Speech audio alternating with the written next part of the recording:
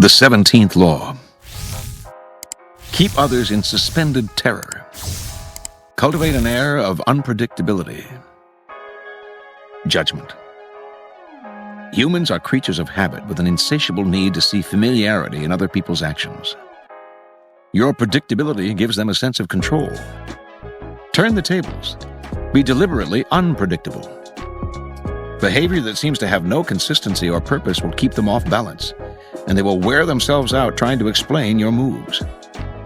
Taken to an extreme, this strategy can intimidate and terrorize. Observance of the law. In May of 1972, chess champion Boris Spassky anxiously awaited his rival Bobby Fischer in Reykjavik, Iceland.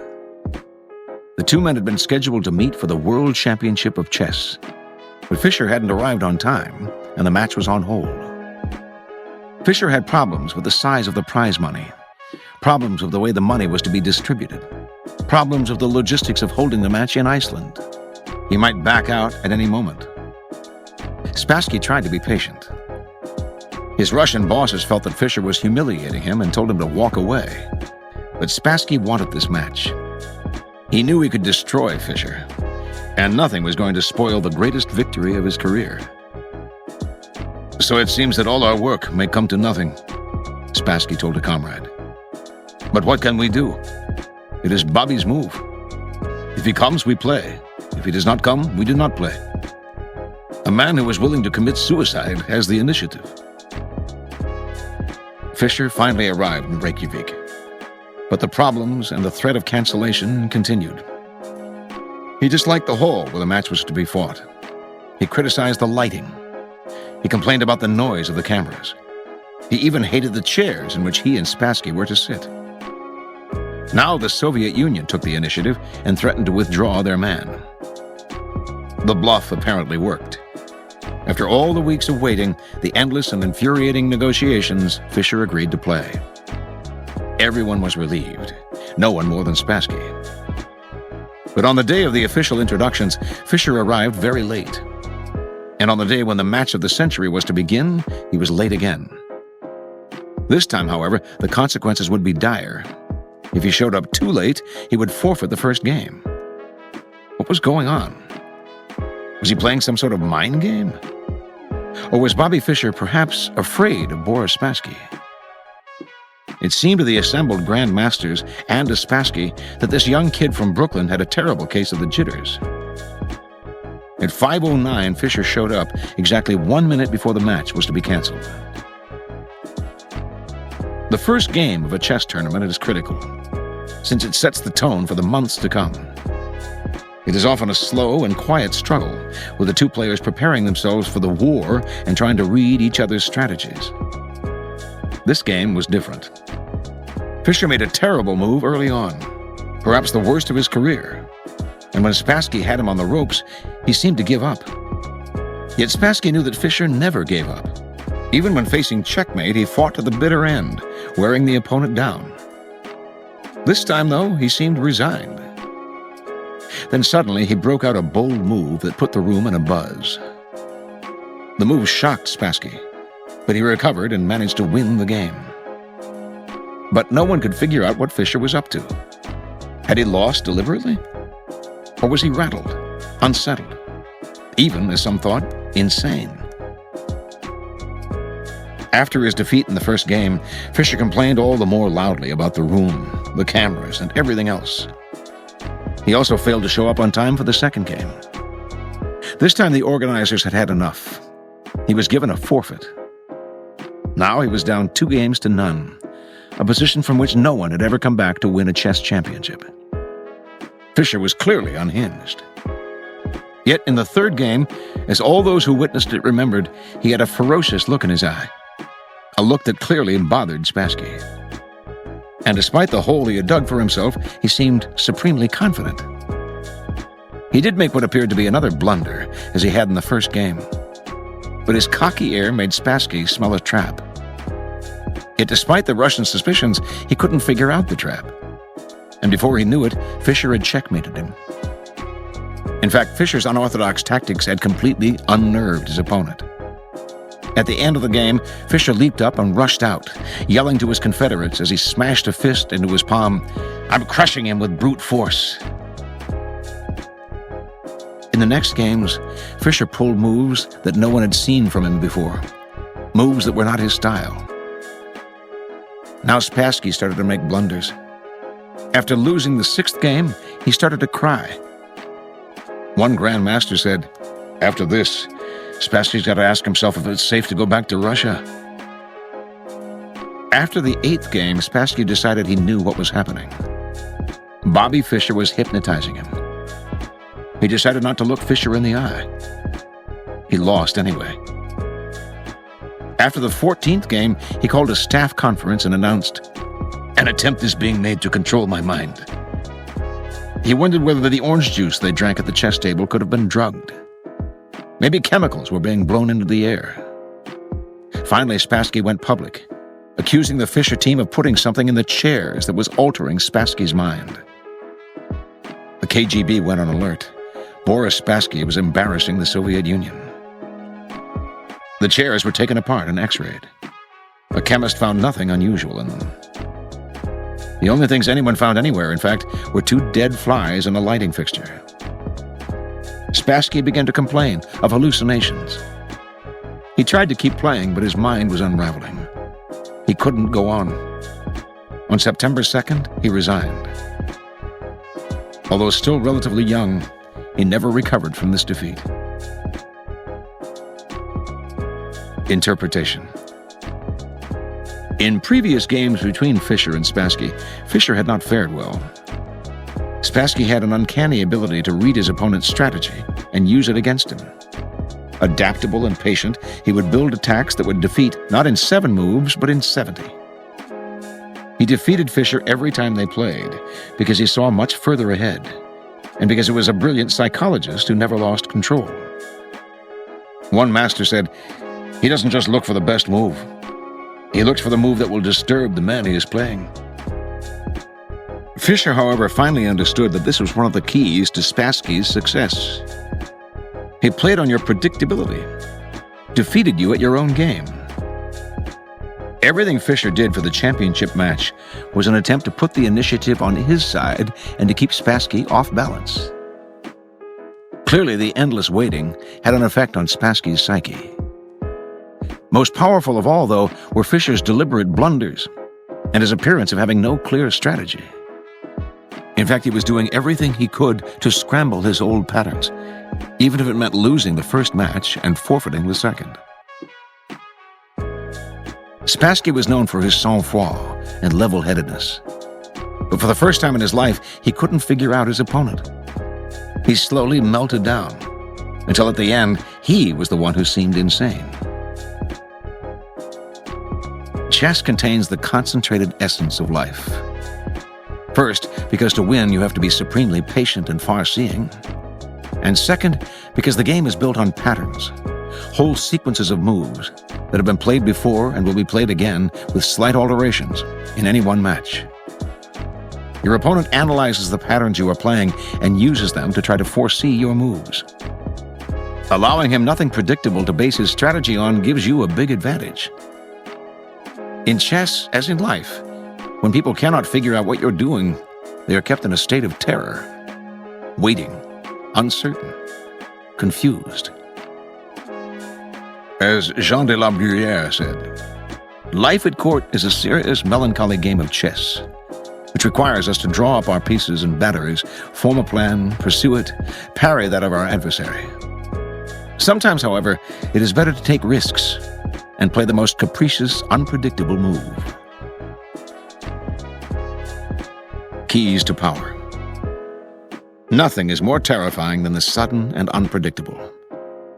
That is why we are so frightened by earthquakes and tornadoes. We do not know when they will strike. After one has occurred, we wait in terror for the next one. To a lesser degree, this is the effect that unpredictable human behavior has on us. Animals behave in set patterns, which is why we are able to hunt and kill them.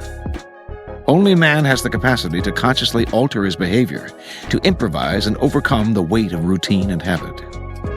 Yet most men do not realize this power.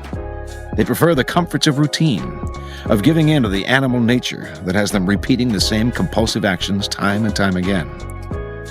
They do this because it requires no effort, and because they mistakenly believe that if they do not unsettle others, they will be left alone. Understand, a person of power instills a kind of fear by deliberately unsettling those around him to keep the initiative on his side. You sometimes need to strike without warning, to make others tremble when they least expect it. It is a device that the powerful have used for centuries. Filippo Maria, the last of the Visconti dukes of Milan in 15th century Italy, consciously did the opposite of what everyone expected of him. For instance, he might suddenly shower a courtier with attention, and then, once the man had come to expect a promotion to higher office, would suddenly start treating him with the utmost disdain. Confused, the man might leave the court, when the duke would suddenly recall him and start treating him well again. Doubly confused, the courtier would wonder whether his assumption that he would be promoted had become obvious and offensive to the duke, and would start to behave as if he no longer expected such honor. The duke would rebuke him for his lack of ambition and would send him away. The secret of dealing with Filippo was simple. Do not presume to know what he wants. Do not try to guess what will please him. Never inject your will. Just surrender to his will. Then wait to see what happens. Amidst the confusion and uncertainty created, the duke ruled supreme, unchallenged, and at peace. Unpredictability is most often the tactic of the master, but the underdog can use it to great effect. If you find yourself outnumbered or cornered, throw in a series of unpredictable moves. Your enemies will be so confused that they will pull back or make a tactical blunder. In the spring of 1862, during the American Civil War, General Stonewall Jackson and a force of 4,600 Confederate soldiers were tormenting the larger Union forces in the Shenandoah Valley. Meanwhile, not far away, General George Brenton McClellan, heading a force of 90,000 Union soldiers, was marching south from Washington, D.C. to lay siege to Richmond, Virginia, the Confederate capital. As the weeks of the campaign went by, Jackson repeatedly led his soldiers out of the Shenandoah Valley, then back to it. His movements made no sense. Was he preparing to help defend Richmond? Was he marching on Washington, now that McClellan's absence had left it unprotected? Was he heading north to wreak havoc up there? Why was his small force moving in circles? Jackson's inexplicable moves made the Union generals delay the march on Richmond as they waited to figure out what he was up to. Meanwhile, the South was able to pour reinforcements into the town. A battle that could have crushed the Confederacy turned into a stalemate. Jackson used this tactic time and again when facing numerically superior forces. Always mystify, mislead, and surprise the enemy if possible, he said. Such tactics will win every time, and a small army may thus destroy a large one. This law applies not only to war, but to everyday situations. People are always trying to read the motives behind your actions, and to use your predictability against you. Throw in a completely inexplicable move, and you put them on the defensive.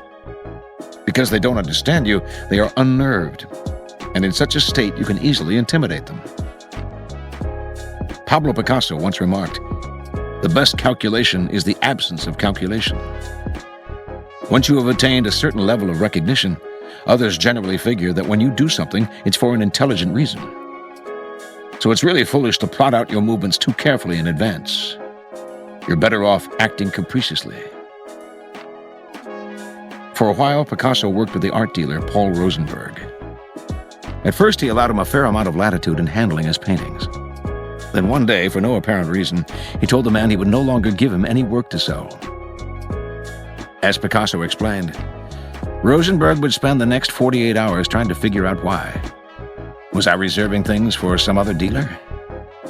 I'd go on working and sleeping, and Rosenberg would spend his time figuring. In 2 days he'd come back, nerves jangled, anxious, saying, "After all, dear friend, you wouldn't turn me down if I offered you this much," naming a substantially higher figure for those paintings rather than the price I've been accustomed to paying you, would you? Unpredictability is not only a weapon of terror. Scrambling your patterns on a day-to-day basis will cause a stir around you and stimulate interest. People will talk about you, ascribe motives and explanations that have nothing to do with the truth, but that keep you constantly in their minds. In the end, the more capricious you appear, the more respect you will garner. Only the terminally subordinate act in a predictable manner. Reversal. Sometimes predictability can work in your favor. By creating a pattern for people to be familiar and comfortable with, you can lull them to sleep. They have prepared everything according to their preconceived notions about you. You can use this in several ways. First, it sets up a smokescreen, a comfortable front behind which you can carry on deceptive actions. Second, it allows you on rare occasions to do something completely against the pattern, unsettling your opponent so deeply he will fall to the ground without being pushed. In 1974, Muhammad Ali and George Foreman were scheduled to fight for the World Heavyweight Boxing Championship. Everyone knew what would happen. Big George Foreman would try to land a knockout punch, while Ali would dance around him, wearing him out. That was Ali's way of fighting, his pattern, and he hadn't changed it in more than 10 years. But in this case, it seemed to give Foreman the advantage. He had a devastating punch, and if he waited, sooner or later, Ali would have to come to him. Ali, the master strategist, had other plans. In press conferences before the fight, he said he was going to change his style and punch it out with Foreman. No one, least of all Foreman, believed this for a second. That plan would be suicide on Ali's part. He was playing the comedian as usual. Then, before the fight, Ali's trainer loosened the ropes around the ring, something a trainer would do if his boxer were intending to slug it out. But no one believed this ploy. It had to be a setup. To everyone's amazement, Ali did exactly what he had said he would do. As Foreman waited for him to dance around, Ali went right up to him and slugged it out. He completely upset his opponent's strategy. At a loss, Foreman ended up wearing himself out, not by chasing Ali, but by throwing punches wildly and taking more and more counter-punches. Finally, Ali landed a dramatic right cross that knocked out Foreman. The habit of assuming that a person's behavior will fit its previous patterns is so strong that not even Ali's announcement of a strategy change was enough to upset it. Foreman walked into a trap, the trap he had been told to expect. A warning. Unpredictability can work against you sometimes, especially if you are in a subordinate position.